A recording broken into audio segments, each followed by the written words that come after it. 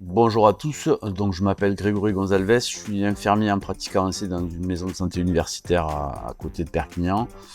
J'ai un parcours professionnel assez varié, j'ai fait beaucoup de réanimation, d'hémodialyse, les dom-toms, différents services plutôt techniques.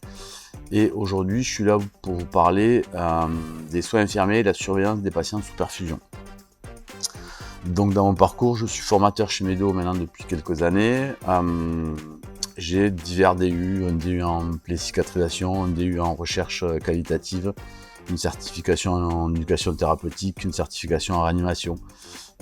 C'est pour ça que je suis plutôt axé chez Médéo sur tout ce qui est soins, on va dire, vraiment techniques.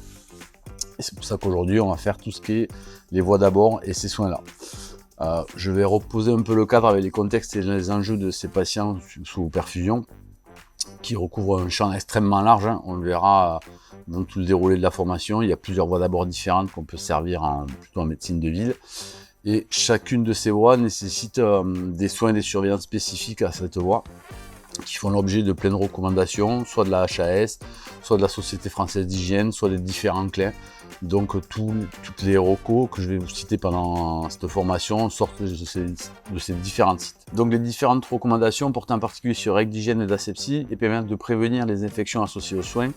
Et la lutte contre les infections associées aux soins est également inscrite dans la politique de santé publique via plusieurs plans successifs. Et sa mise en œuvre permet de garantir la sécurité des soins, un des enjeux majeurs de la stratégie nationale de santé publique, notamment via la déclaration des événements indésirables graves associés aux soins, à laquelle il y a un formulaire en ligne sur lequel on peut répondre.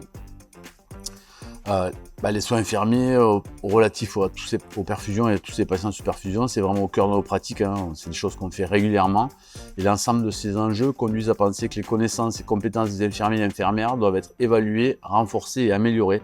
C'est pour ça qu'on a monté ce plan de formation.